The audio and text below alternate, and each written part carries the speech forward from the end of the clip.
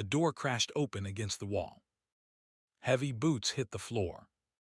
A woman lunged across the room and threw her body in front of a smaller figure crouched by the couch. Her arms went wide. Her shoulders went rigid. Her back was the only thing between her sister and whatever was coming through that door. She didn't scream. She didn't cry. She just stood there, shaking, ready to take it. The man in the doorway stopped cold. 6'4", leather cut, thick neck and a beard streaked with gray. Her name was Caroline Mercer. His name, the one stitched on the back of his cut, was Boone. He had walked into 1,000 rooms and watched 1,000 people freeze. Nobody had ever stepped in front of someone else for the hit. What he did next stayed with him the rest of his life. Just stay with me. Caroline Mercer ran a small flower shop on Main Street. 3 blocks of road, 4 stoplights, a diner, a hardware store, and a salvage yard at the end of town that nobody crossed the street to walk past. She'd lived in this town her whole life. She knew every face in it. Most of them she'd known since childhood. But there was one face she had never spoken to.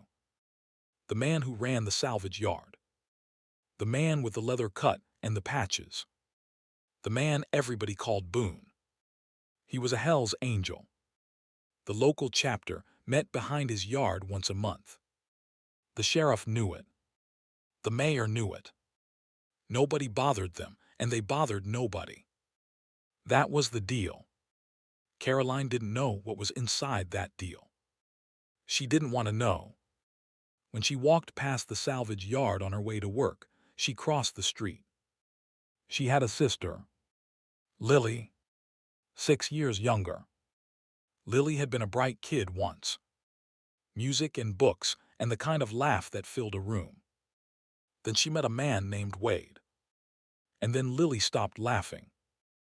Wade was 28, lean, charming when he wanted to be, and mean when he ran out of pills. By the time Lily was 23, she had a son named Eli. By the time Eli was 3, Wade had hit Lily in front of him twice.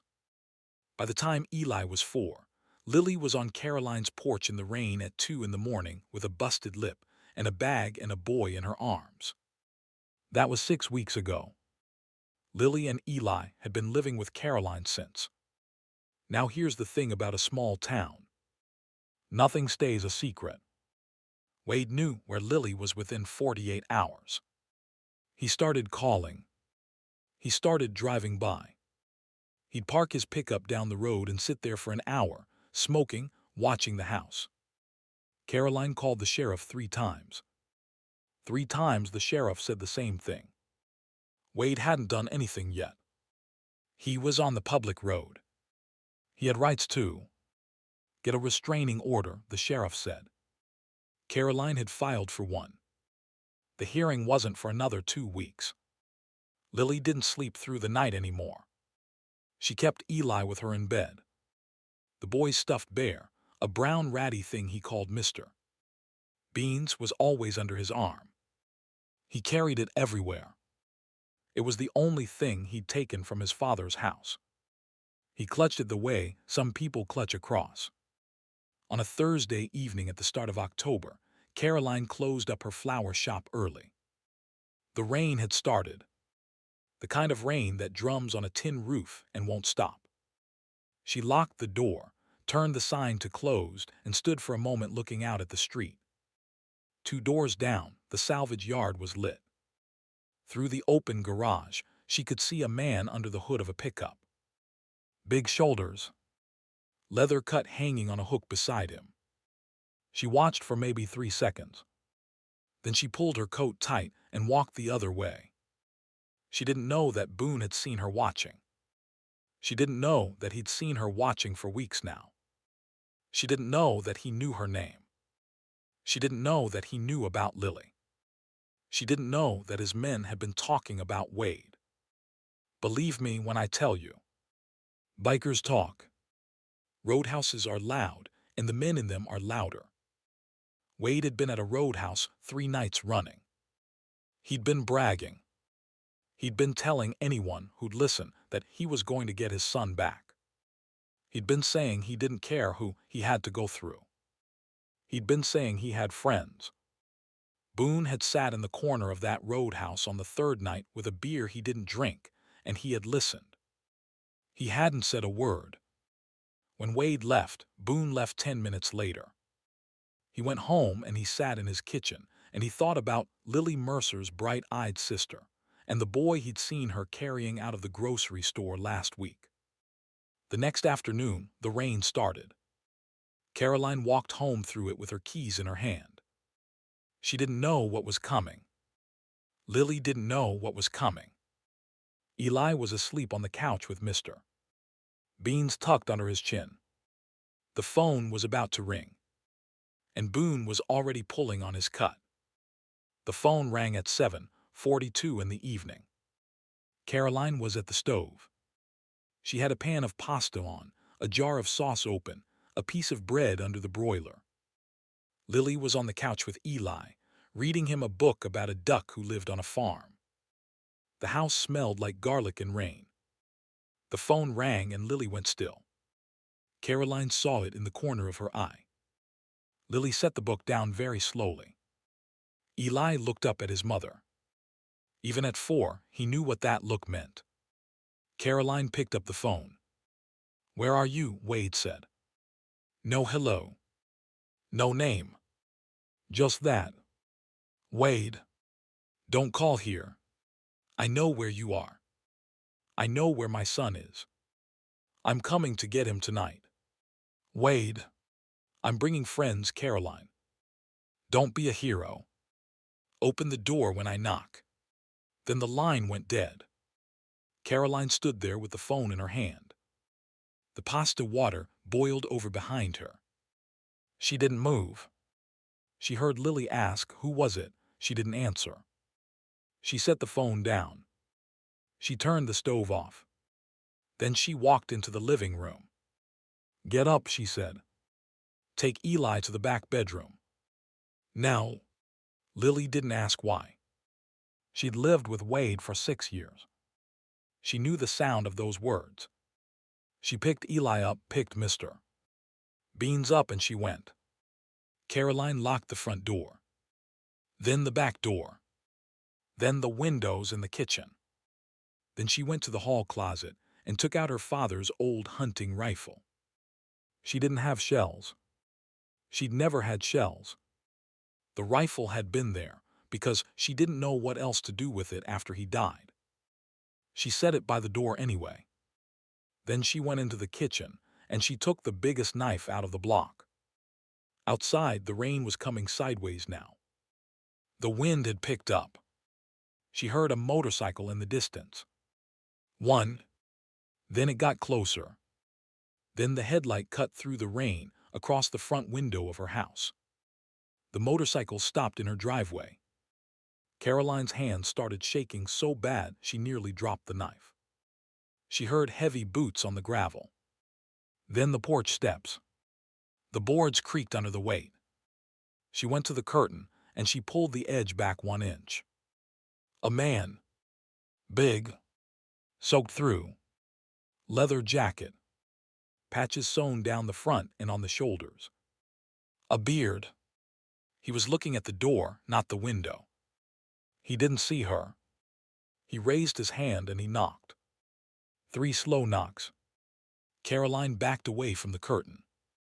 Her brain was running 10 directions at once. Wade said he was bringing friends. Wade said it. This was one of them. This was one of his friends. He was here to soften her up before Wade got there. He was here to break the door down. She was wrong, but she didn't know that yet. "Miss Mercer," the voice came through the door. "Lo. Come. Caroline. My name is Boone. I run the yard down the street. I need to talk to you. It's about Wade." She didn't answer. "I can stay out here. I just need you to listen for a minute." She didn't answer. She had backed all the way to the kitchen. Her hand was on the knife. Her other hand was on the wall behind her, holding her up. The door handle turned. Slowly, just an inch. She hadn't slid the deadbolt all the way. She'd been so shaken by Wade's call she'd missed it. The door swung open. Boone stepped inside. He took 2 steps and he stopped. Rain was running off his shoulders onto her hardwood floor. He saw her in the kitchen doorway with the knife. He saw her face. And then he saw past her. Lily had come out of the back bedroom with Eli in her arms. She had heard the door. She had thought it was Wade. She'd come to be next to her sister, to not let Caroline face it alone. Caroline saw Boone's eyes go to the boy. That was when she moved. She crossed the room in 3 steps. She stepped in front of Lily. She put her body between this enormous leather man and her sister and her nephew. She raised the knife. Both hands. Shaking. "Don't touch him," she said. "Don't you touch him." Her voice cracked on the second word. "Don't touch him. Don't touch him. Don't touch him. This is the moment I told you about." The frozen moment. The thing that happened in this man's chest that he could not have named. Boone went completely still.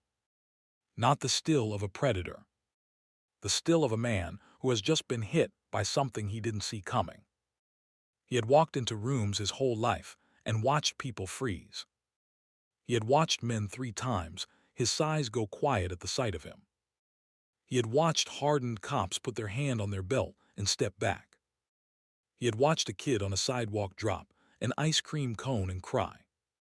He had never, not once, not in 26 years of wearing this cut, seen anyone step in front of someone else. He raised both hands very slowly. He turned them palm out. He lowered his eyes from the woman to the floor between them. He kept his voice the way a man keeps his voice around a horse he doesn't want to spook. "I won't hurt him," he said. The words came out so quiet she almost missed them. "I won't hurt him. I won't hurt either of you.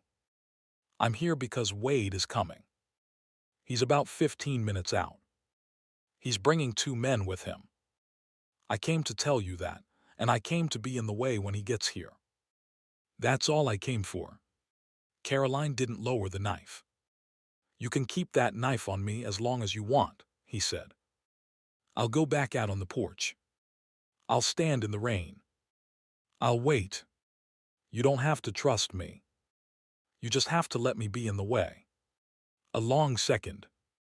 Another. The rain hammering on the roof. Caroline lowered the knife. Just an inch. Just enough. Boone took 1 step backward. Then another. Then he turned slow, and he walked out onto the porch, and he closed the door behind him with the gentleness of a man laying a baby down. Caroline went to her knees right there in the kitchen. She didn't cry. She just couldn't stand anymore. Lily came over and got down with her. Eli put his small hand on Caroline's cheek. "Mr." Beans was wedged under his arm. The bear's button eye was loose. Caroline had been meaning to fix it for weeks. She put her hand over Eli's hand. "It's okay," she said. "It's okay. He's gone. He's outside. He's not coming in. It's okay, baby. It's okay." Out on the porch, Boone stood with his back to the door. He took a cigarette from the inside of his cut. He held it between 2 fingers, and he did not light it. His hands were not shaking. His hands hadn't shaken in 20 years. But somewhere lower than his hands, in a place he had not visited in a very long time, something was. Something was moving. Headlights cut across the front window. 2 motorcycles and a black pickup truck pulled into the drive. The bikes parked sideways across the gravel. The truck pulled in nose first and stopped 6 feet from the porch. Wade got out of the driver's side. 2 men got out behind him. Wade was wet within 10 seconds. He didn't seem to notice. His pupils were the size of dimes. He had a pistol stuck in the front of his belt. He started across the gravel toward the porch. Then he saw Boone. Wade stopped. The two men behind him stopped. One of them, the older one with the gray ponytail, said one word under his breath. Boone heard it through the rain. The word was shit. Wade didn't catch it. Wade was too high to catch a lot of things tonight. He kept going. He came up the porch steps and he stood 3 feet from Boone and he said, "Get out of the way." Boone said, "I'm not in your way, Wade. The door is. You go through me, you still got a door. You go home, you still got tomorrow. That's my son in there. That boy doesn't want to go anywhere with you tonight. I don't care what he wants. I'm his father. You're his father today. You keep doing what you're doing, you won't be tomorrow. Go home. Sleep this off." Wade laughed. It wasn't a real laugh. It was the laugh of a man who has run out of better answers. Behind him, the man with the gray ponytail said, "Wade. Wade, we should go." "Shut up, Dean." "That's Boone, Wade." "That's Boone." I said shut up. The other one, younger, was already backing toward the truck. He'd put his hand off his weapon. He'd realized something Wade hadn't. Wade pulled the pistol out of his belt. He pointed it at Boone's chest. Boone didn't move. "I'll shoot you, brother," Wade said. "I will pull this trigger right now." "Get out of my way." Boone said, "If you pull that trigger, brother, every man in my chapter will know your face by sunrise. You won't live a week. Your friends know that. Look at them. They already left." Wade did not look. Wade was too far gone to look. But Dean and the other one were already by the truck. Dean was opening the passenger door. He wasn't getting in. He was just going. Wade thumbed the safety off. And Boone moved. A man Boone's size shouldn't move that fast. He just shouldn't. But he did. His left hand came up under Wade's wrist and snapped it sideways. The pistol went off into the porch ceiling. Splinters came down. Wade screamed. Boone took the pistol out of his hand the way a parent takes a knife out of a toddler's. He ejected the magazine. He kicked it off the porch into the rain. He emptied the chamber. He dropped the pistol. Wade swung at him. Boone took the punch on his shoulder. He didn't even flinch. Wade swung again. Boone caught his fist midair, twisted, put him on the porch boards face down. Boone's knee went between Wade's shoulder blades. Boone said very quiet, "Stay down." Wade did not stay down. Wade was crying now. Crying and screaming. He was bucking under Boone's weight. He was a wild animal. He was a man who had nothing left to lose. Out by the truck, Dean was on a phone. Boone could hear him saying, "Yeah, we need an ambulance. And cops. If you've made it this far with me, I want you to do something. Hit that subscribe button. Right now. Because what happens in the next 60 seconds is the part of this story I want you to carry with you." Wade got an arm free. He drove his elbow back into Boone's jaw. Boone's head snapped sideways. For half a second, his weight came off Wade. Half a second was all Wade needed. He scrambled out from under Boone. He didn't go for the porch steps. He didn't go for the truck. He went sideways off the porch into the mud, and he came up running for the side of the house. He went through the kitchen window. Glass exploded inward across the kitchen floor. Caroline, who had just helped Lily back into the back bedroom, who had just come to the kitchen for a glass of water, who had thought maybe it was over, heard the sound and she screamed. Wade hit the kitchen floor on his shoulder. He came up bleeding from his arm where the glass had cut him. He had his other knife now. the fixed blade he kept in his boot. He came across the kitchen at her. He grabbed her by the hair. He dragged her 2 steps backward. He turned her around so she was between him and the hallway. He pressed the blade against the side of her neck. "Lily," he yelled. "Lily, open the bathroom door. Open the door right now, or I cut her throat." In the bathroom, Lily had Eli on the bath mat. She had her hand over his mouth. Not to keep him quiet. To keep him from breathing too fast. The boy was shaking. Mr. Beans was on the floor between them. "Caroline," Lily called. "Don't open it," Caroline shouted. "Don't open it, Lily. Don't open it." Wade slammed the side of her face into the bathroom door. Once. Twice. The wood split a little around the hinge. "Open the door, Lily." Caroline could feel blood from her temple running into her eye. "Don't," she whispered. The bathroom doorknob turned a 1/4 inch. Just a 1/4 inch. Lily's hand on it. Lily, who couldn't bear, in the end, to listen to her sister get hurt for her. And then the front door of the house came off its hinges. It didn't open. It came off. The whole frame splintered. Boone came through the doorway like a freight train coming through a station. 240 pounds of leather and rage, and 26 years of bar fights. He saw Wade. He saw the knife. He saw Caroline's face. Wade saw him too. Wade pressed the knife harder against Caroline's neck. "Stay back," he said. "I'll do it. I will."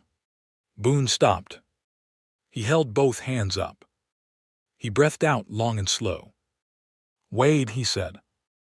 "Look at me. Wade. Look at me, son." Wade looked. For 1 second the hallway was completely still. Wade with the knife at Caroline's neck. Caroline with her eyes shut tight, blood running down her cheek. Lily on the other side of the bathroom door, with her hand a 1/4 inch off the doorknob. Eli on the bath mat with his fingers in his ears. And Boone 2 steps inside the front door, both hands up, breathing. "Wade," Boone said. "Look at me. Don't look at her. Look at me." Wade looked. "That's a 4-year-old boy in that bathroom," Boone said. "Eli. His name is Eli. You know his name. You named him." Wade said nothing. "You want him to remember tonight, Wade. You want him to remember the sound of his auntie dying on the other side of a bathroom door. Because that's the sound he is going to carry the rest of his life if you push that knife. You understand me? That's the sound. That is what he is going to hear in his head when he is 40 years old. The sound of you killing his auntie. You want to give him that." Wade's hand was shaking. The blade pressed and let off and pressed and let off against Caroline's throat. A bead of blood slid down her collarbone. "I just want my boy," Wade said. "You don't want him like this. Not like this, Wade. Not as the man who did this. Put the knife on the floor. I want my boy. Put the knife on the floor, and tomorrow you can call him from the county jail. Tomorrow you can write him a letter. Push that knife in there is no more tomorrow for you. There just isn't. I'm telling you that now. Look at my face. There just isn't." Caroline opened her eyes. She looked at Boone over the edge of the blade. Boone looked at her. 1/2 second. Just enough to say, "I see you." Then he looked back at Wade. "Put it down, son." Wade's grip slipped. It wasn't a decision. It was just exhaustion. The drugs were burning through him. His arm was bleeding from the window. He was 28 years old, and he hadn't slept in 3 days. He couldn't hold the knife up anymore. The blade came off Caroline's neck. Boone moved. Wrist lock.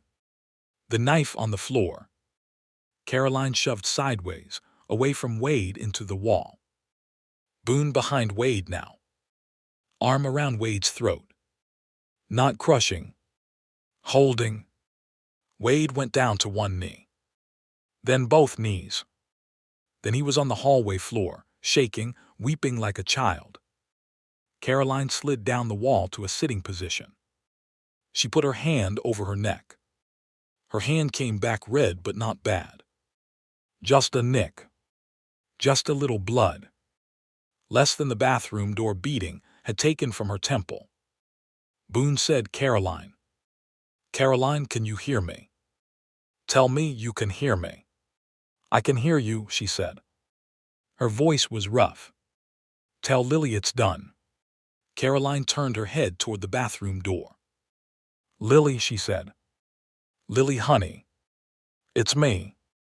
It's done. It's over. You can open the door." Lily didn't open it. Not yet. Caroline could hear her crying through the wood. "It's okay, Lil. He's down. He's down. Boone's got him. Don't let Eli see Wade like this. Just stay in there. Just keep Eli with you. Just hold him." A long quiet from the bathroom. Then Lily's voice. "Tiny. Okay." In the distance, very faint through the rain sirens. Boone kept his arm around Wade. Wade had stopped fighting. Wade was just crying now. Long sobs that shook his whole body. Boone kept holding him. Not rough. Not gentle. Just holding. Caroline watched this. Watched a man she had been afraid of every day for 2 years hold the man who had just tried to kill her with the kind of patience you give a sick child. The sirens got closer. "Caroline," Boone said, "I need you to do one thing for me." "Yes." "When the cops come in, I'm going to put my hands behind my head. I'm going to be on my knees. They are going to be excited. They are going to see a Hell's Angel on top of a man bleeding on the floor. I need you to tell them what happened. I need you to be very clear with them. Can you do that for me?" "Yes." "Tell them Wade came through the kitchen window with a knife. Tell them I came in after. Tell them in that order. Are you listening to me? In that order. In that order. Good girl." 2 minutes later, red and blue lights washed through the broken front doorway. Boone got off Wade. He went down on his knees in the hallway. He laced his fingers behind his head. He didn't say a word. 2 deputies came through the door with weapons drawn. Caroline held up her hands. "He saved my life," she said. "He saved all of us. The man on the floor is Wade. He's the one who broke in." The older deputy, a man Caroline had known since she was a child, lowered his weapon 2 inches. "Boone," he said. "Hey, Marv," Boone said. "What in the hell?" "Long night," Boone said. "Cuff him first. Then me. I'll explain on the way." Marv didn't cuff Boone. He cuffed Wade. He read Wade his rights. Wade didn't say anything. Wade was empty now. It took an hour to clear the house. Lily came out of the bathroom holding Eli. Eli was asleep against her shoulder. He had cried himself out. His small hand was wrapped tight around Mr. Beans. When they were finally done, when Wade was in the back of a squad car and the EMTs were finishing with Caroline's temple, Boone went over to Lily. He went down on one knee in front of her. He looked at Eli. The boy was awake now. He was watching Boone with the careful eyes of a child who has seen too much. Boone reached up to his cut. He pulled something off the inside of it. A small brass bell. Not big. The size of a thimble. It had been sewn on the inside of his vest for as long as he had owned it. He had never told anyone why. He held it out to Eli. "This is for you," he said. "It's a luck bell. You keep it under your pillow. Anything bad comes near you, this bell rings before it gets to you. You understand me?" Eli looked at the bell. He looked at his mother. Lily nodded. Eli took the bell. Boone stood up. He walked out the broken doorway into the rain. His bike was still in the drive. He swung a leg over. He pulled his cut tight. Caroline came out onto the porch. "Boone." He looked up. "Thank you." He shook his head once. "Don't thank me, Caroline," he said. "I told you I wouldn't hurt him. That was the deal." He started the bike. He rode out into the dark. Wade got 8 years. Aggravated assault, attempted kidnapping, possession with intent. He took a plea. He didn't fight it.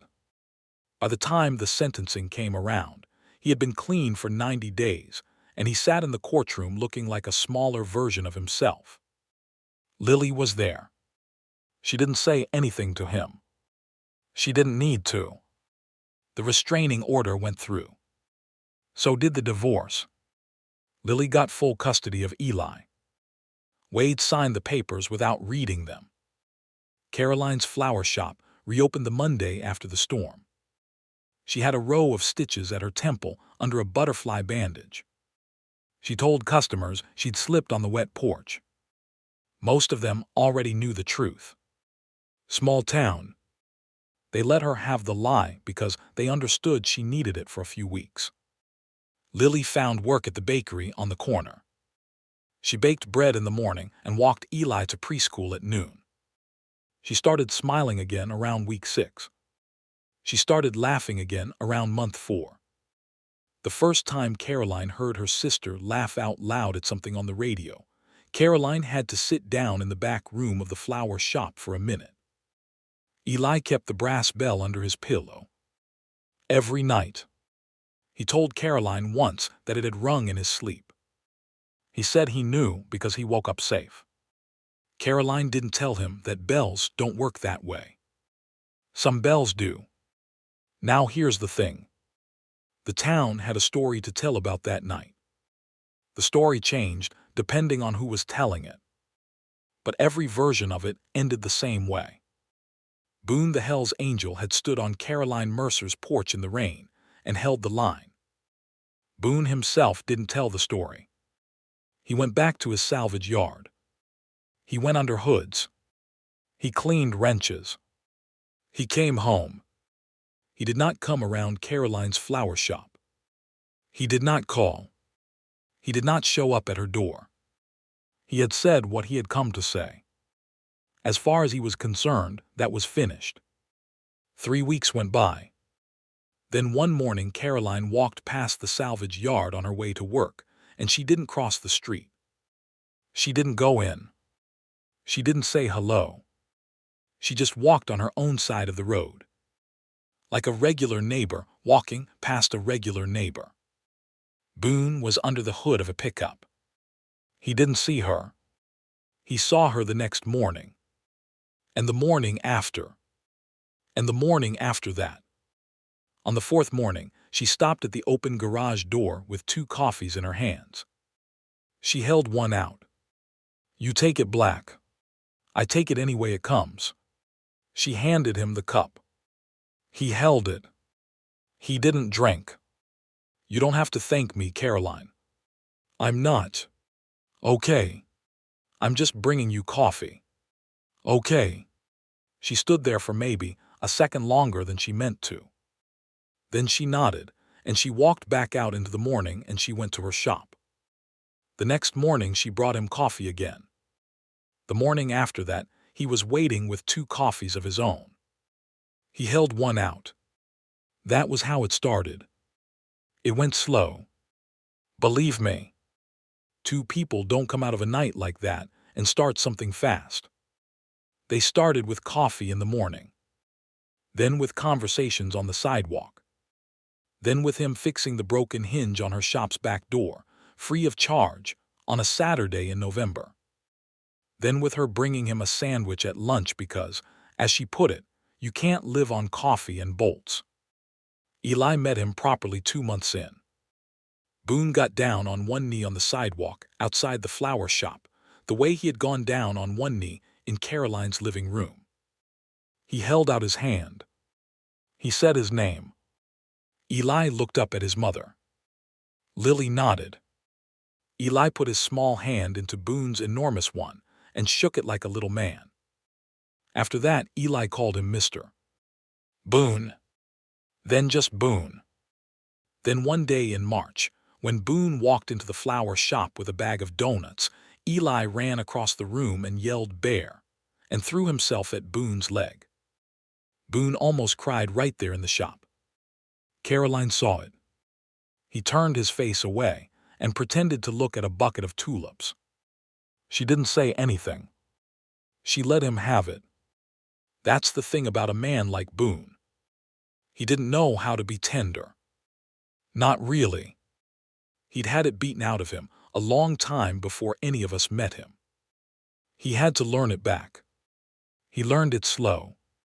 He learned it by watching Caroline make a sandwich. He learned it by watching Eli hold Mr.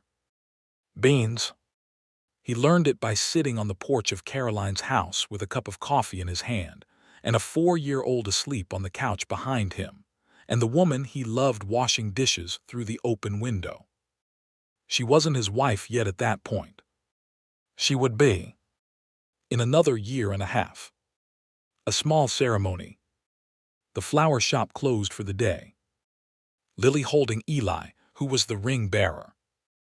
Boone in a clean white shirt with no cut over it for the first time in 26 years. But that's another story. The one I want to leave you with is this.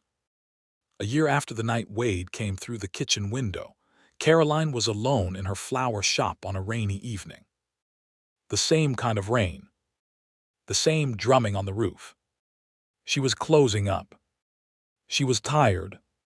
She heard the bell over the door. She turned around. A man stood in the doorway. Big. Soaked through. Leather jacket. Patches sewn down the front and on the shoulders. A beard streaked with gray. Rain running off his shoulders onto her hardwood floor. She didn't lunge. She didn't shield anyone. She just smiled.